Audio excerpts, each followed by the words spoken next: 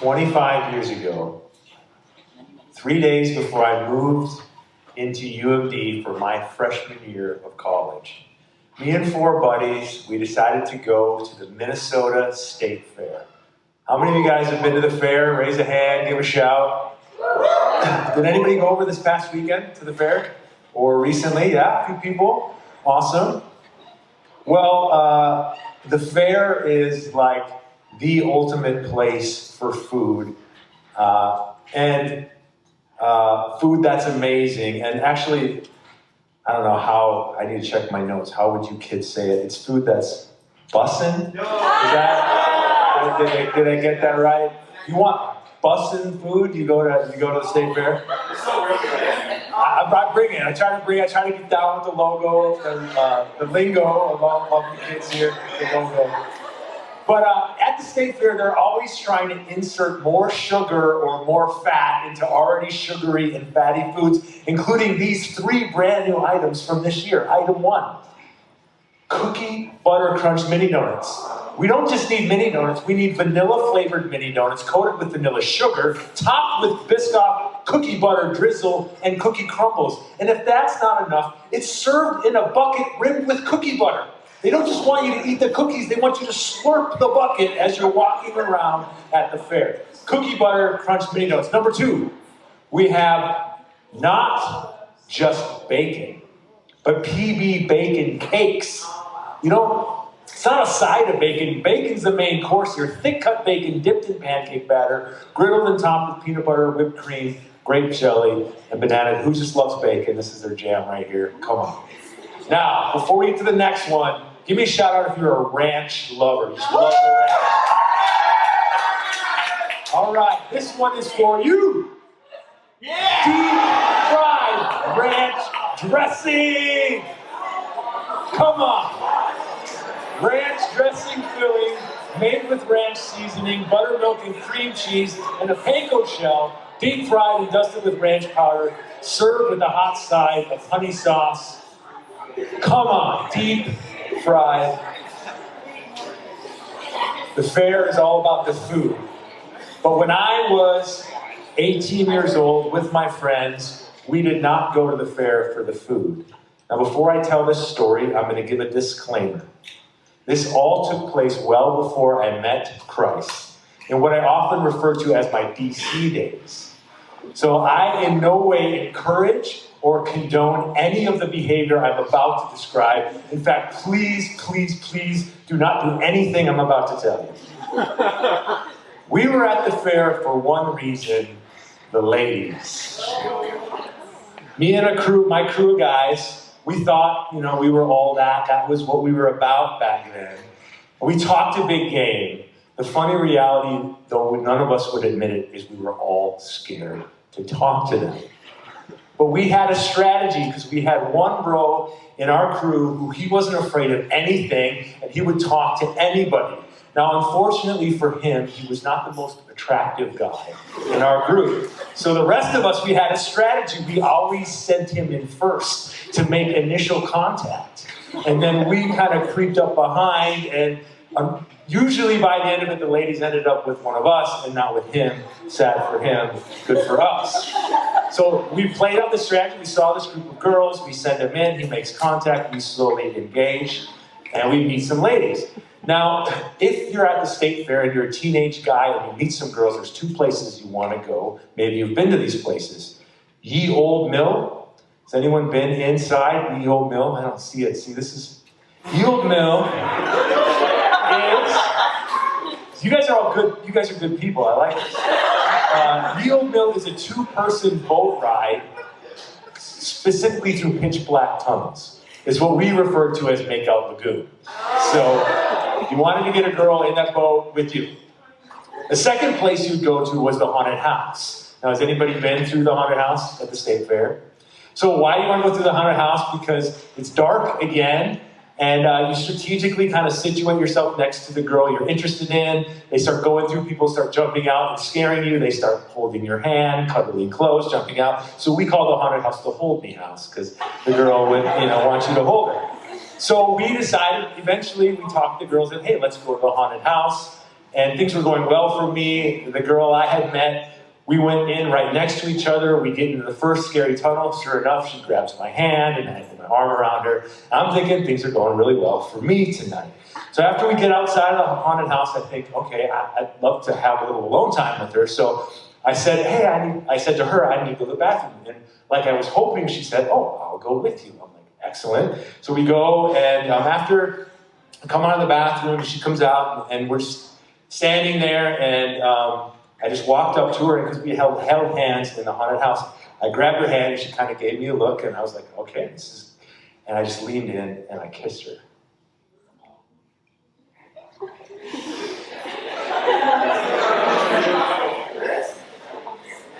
Why am I telling you this story? Now the girls, many girls in the audience are thinking right now, ooh, this is a story of romance. We know Dan's married. This was the beginning of when he met Sarah and everything. You think that's right? Is door number 1 correct? Nobody believes it? You're right, it was not that. Now, many of the guys in this room are thinking, oh, he's just trying to relive his glory days and prove that he was cool back in the day. That's why he's wearing the short sleeve shirt, trying to show his muscles, trying to be a bro. So anybody think door number 2, is that the reason why I was there? Well, that's not true either.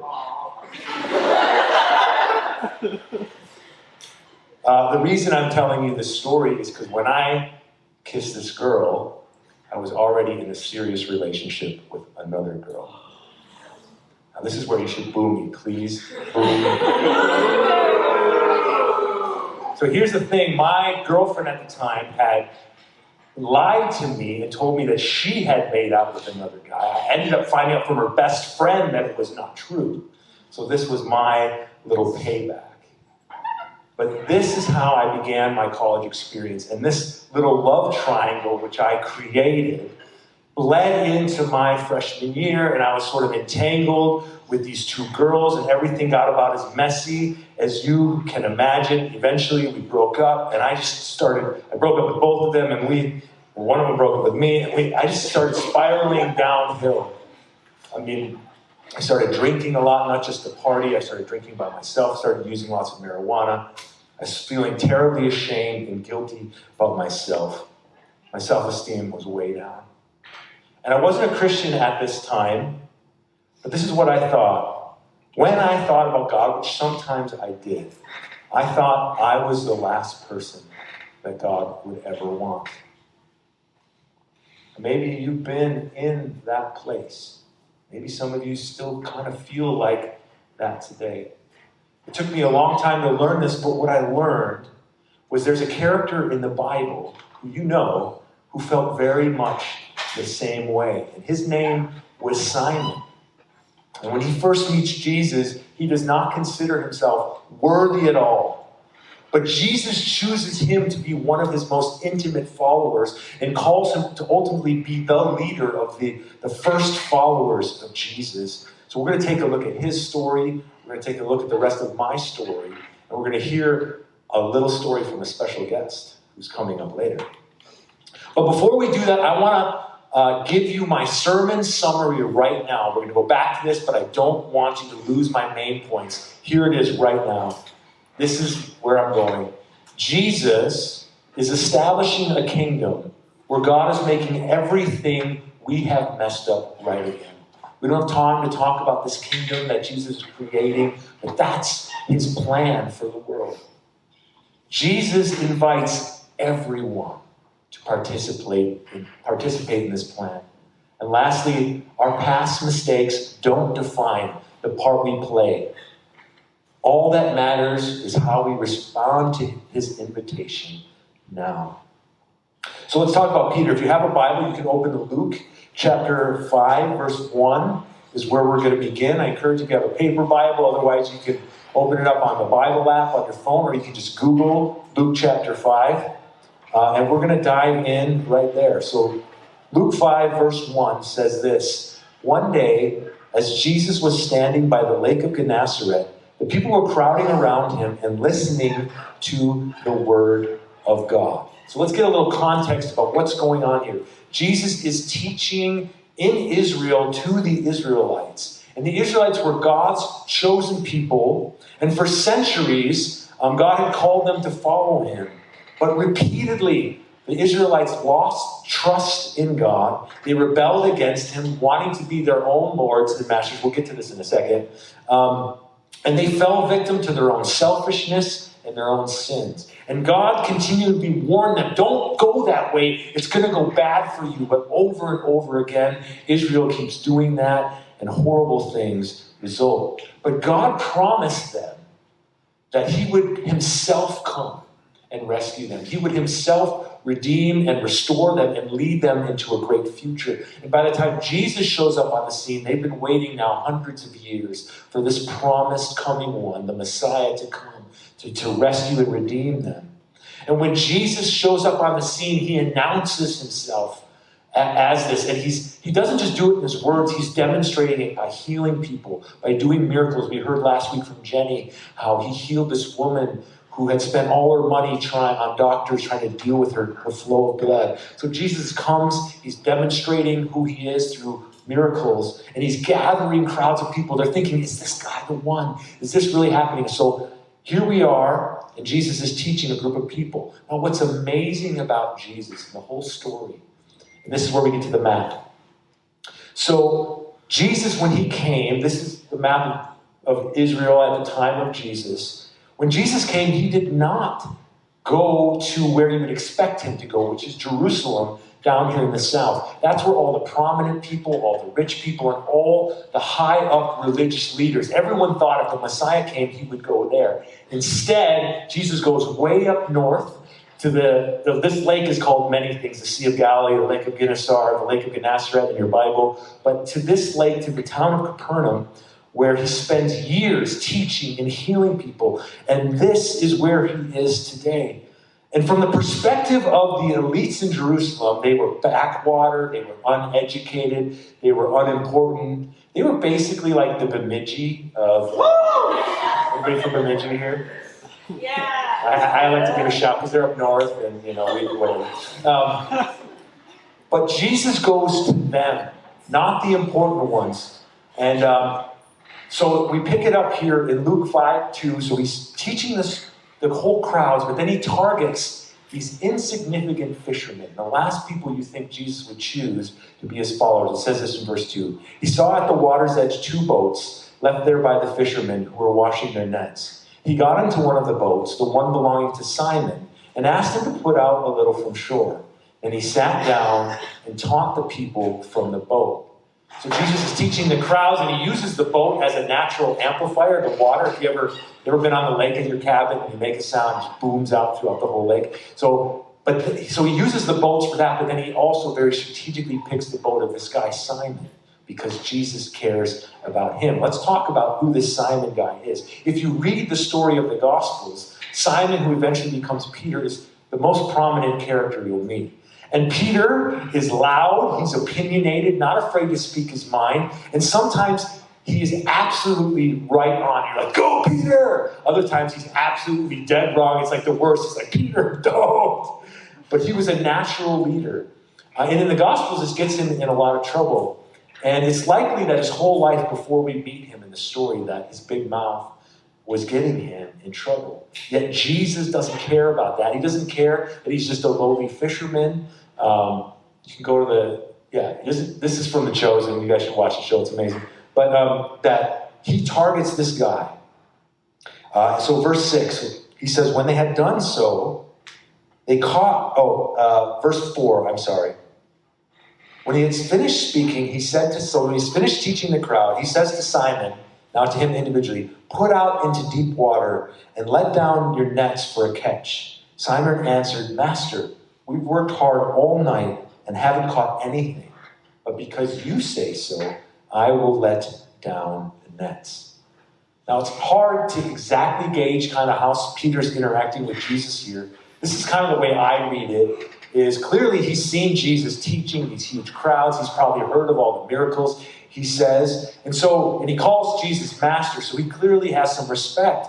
But he's a pro fisherman. This is like what he does for a living. They've been out all night using every trick they know. So Jesus tells him to put his nets out, and he's like, okay, I mean, we've been working hard all night, but because you say so. And I think he's super skeptical that anything's going to happen. But in verse 6, something incredible happens. When they had done so, they caught such a large number of fish that their nets began to break. So they signaled their partners in the other boat to come and help them. And they came and filled both boats so full that they began to sink. When Simon Peter saw this, he fell at Jesus' knees and said, "Go away from me, Lord. I am a sinful man." So I think Peter's initially skeptical that he sees this fish, and he knows right at that moment Jesus is legit from God, and he's in the presence of someone holy and special. Now, I don't know about you, but I've had enough encounters in my life that when you actually finally feel like you're in the presence of God, you can't hide anything. It's impossible to hide. And whatever's really deep inside comes out. And Peter had this identity that he wasn't good enough, that he was ashamed, and he was a sinner. And so that's what rises to the surface. He says, "Get away from me. I'm a sinful man. You don't know what I've done. You don't want anything to do with me." Now, I don't know where you're at, but our whole goal in Chi Alpha, we want to have a lot of fun. We want to have community, do a lot of cool things. But when we're in this space, we're hoping to come before the presence of the real and living God. I want to ask maybe, where are you at tonight? Where are you feeling? Like Peter and I, were you feeling like, you know what? I made too many mistakes. My past is too messed up. I'm not worthy of God. Maybe you're feeling that place. Maybe you've tried really hard to follow God, but you've made one or maybe two big mistakes, and now you just don't feel like you can get back on track again. Maybe there's one secret sin in your life you're hoping nobody else finds out about. Maybe everything's been good in your life. Things have been really good. But you've begun to realize lately that you've only really ever thought about yourself, and you've neglected the other people around you. Maybe you've been hurt, rejected, abandoned, or even abused yourself. There's a lot of pain in who you are and in your past. Maybe, honestly, you just have no clue where you're going in life. You're just scared you're going to screw it up. You're scared God doesn't have a plan for you. I just want to say tonight, no matter where all of us are at, God has good news and an incredible plan. See, Jesus didn't care that Peter was a sinner. Jesus didn't care that he was a lowly fisherman. Jesus wanted him. He sought him out, and he gave Peter an incredible, I keep saying Peter, it's Simon at this point. Simon, an incredible invitation. Verse 9, and to his friends, James and John. Verse 9 we'll read. For he and all his companions were astonished at the catch of fish they had taken. So were James and John, the sons of Zebedee, Simon's partners. And catch this. Jesus said to Simon, "Don't be afraid." I love that line. Like I said, when you come before the presence of God, I know the first time I felt super afraid. Like I wasn't good enough. But Jesus says so clearly, don't be afraid. He says, from now on, you will fish for people. Jesus is like, it doesn't matter where you've been or what you've done. I'm inviting you. I'm doing something amazing in the world. I want you to be a part of it. You're going to take all those skills you learned in fishing and you're going to turn them to help me reach hurting people. The question is how they will respond. Verse 11, it says, so they pulled their boats up on shore, left everything, and followed him. Simon says, I'm all in. I'm all in. And his friends, James and John. And it's amazing. They got to walk with Jesus, to be in his inner circle. They got to be leaders. They were part of this incredible community that was growing. They got to spread the gospel message. But it also wasn't always easy. Peter, as I said, Simon made tons of mistakes along the way. And you can read about those. And ultimately, we know from tradition that Peter himself lost his life, that he was crucified for his faith. But here's the amazing thing, and something to really take away. Even though Peter lost his life for Jesus, Like we sang in that song in worship, Jesus defeated death. He overcame every fear, even the fear of death in our lives. He rose from the grave to give us hope. Even if for whatever reason your life doesn't turn out or isn't on the path to being where you want it to be. Even for the Karen people in Myanmar, who maybe they're orphans and their family's been lost. They still have hope because Jesus overcame death and his kingdom transcends that. That's the hope we have. So I want to go back to our sermon summary before I return to my story. Jesus is establishing a kingdom where God is making everything we have messed up right again. It begins in this life. If you join it like Peter did, you can be a part of that story. And ultimately, even if it doesn't go the way you want, Jesus overcame death, and you will rise again in a new kingdom with him. Jesus invites everyone to participate in this plan. Everyone includes everyone sitting here tonight. Our past mistakes don't define the part we play. All that matters is how we respond to the invitation now. I want to return to my story.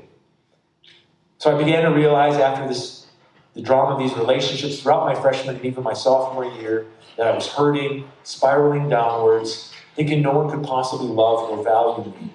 But then God started pursuing me.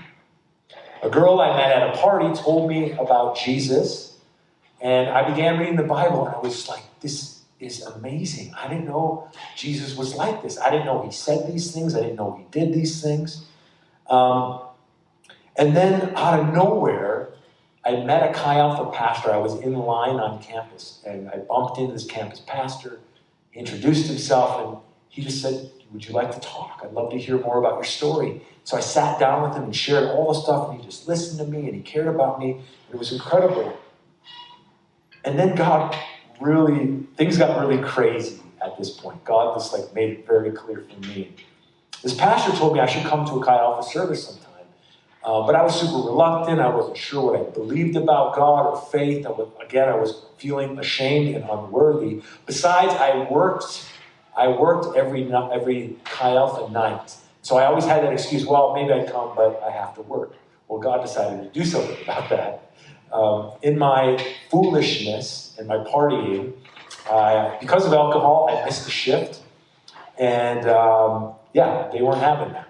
So I got called into my boss's office. She said, I'm sorry, Dan, we're going to have to let you go. And I was so angry. I really needed that job and the money. And I was on campus. I was here in the Kirby Student Center. And I walked up. They used to allow you to put posters up on the walls in the hallway. And I walked up the stairs, and there was posters everywhere. I wasn't looking at them. I was just mad. And I was pounding the wall. I was so mad at myself and everything. And as I zoomed away, I looked. And what I was pounding was the Chi Alpha poster. And it was clear all of a sudden I didn't have work on that Chi Alpha night. And there was this moment, I felt like I had a choice. I feel like we all run into these moments, everyone, where it's like God's right there knocking at our window. And it was, am I going to answer this? And I knew something in my heart said, I'm supposed to go to that Chi Alpha service. So I did. And I was super scared to go there. I didn't think I'd know anybody. I didn't think I'd fit in. But this is amazing what God did. I walk in, and there's this girl there that I used to party with all the time. And I was like, well, maybe us sinners are welcome here. This is great, I feel good. But she came up to me. She was so kind. She was like, Dan, right? Yeah, I remember you. And she kind of just talked to me the whole time, made me feel welcome, helped me sit down. She sat next to me. And then something incredible happened. The worship started, much like it is here. We sang very similar songs to what we sang here. And as soon as I closed my eyes and I tried to sing out to God, I felt like Jesus spoke to me. Well, I know he did. Now, I didn't use words. I didn't hear anything. But things happened in my heart. And the moment I felt this incredible, powerful presence of God. It was it's so hard to explain, but it brought me instantly. I'm bawling in front of all these people I don't know. And I said the exact same thing that Peter said. I said, you don't want me. I'm so messed up. There's no way you want me. Jesus said the same thing to me that he said to Peter. He said, don't be afraid. He said, I arranged everything to bring you here to this moment, to show you that I'm real and that I love you. And he said, if you'll let me, I forgive you of all this past junk, and I'll make you new and clean. And I felt like this incredible love, like washing me clean of all the shame I had. And he said, I'm never going to leave you. And from now on, your life is going to be in my hands, and it will be awesome. You guys have been walking with Jesus for 25 years now. He eventually called me to be a pastor. I worked as an engineer for a while, but he called me to be a pastor at Chi Alpha. Over the last 20 years, I've been on this campus helping other students. It's been an amazing thing. And after all the drama of all these twisted relationships, and it took me a while to heal. If that's your story, I encourage you, take some time to heal. But at the right time, God brought this incredible woman. That's cute, incredible woman, very beautiful, supposed to be on the screen right now. Frozen? All right. Well, I was going to show you pictures of my wife and I on the most romantic date we've ever been on the Greek island of Santorini last summer. So hopefully you'll get to see that in a moment. We also have 4 kids. It's my son's birthday today. He turned 11. I came straight from his party here. So my kids are 11, and 9 right now. And God has just helped me build this incredible life. But I want to be honest with you, it hasn't been easy. Bruno referenced that I've had a rough year. See, we adopted our sons from foster care. Before they came into our house, they were neglected, they were abused, and they had a horrible, horrible experience. And the emotional trauma from their past lives comes up repeatedly, almost on a daily basis. There's some kind of blow up or anger or frustration in my home. Life isn't easy, but God is always there. He keeps working, He keeps building, and it's amazing because Jesus pursued me, and at the right moment, I said yes. Let's go back to our sermon summary one last time. Oh, we can't. But I can say it. Is it back? Oh, can we show the pictures of my wife because she's so pretty? All right, we'll just take it. Jesus is establishing a kingdom where God is making everything we have messed up right again. Jesus is inviting everyone to participate in this plan. Not just to believe in Him, to be an active part of the cool things He's doing. Our past mistakes don't define the part we play. All that matters is how we respond to His invitation right now.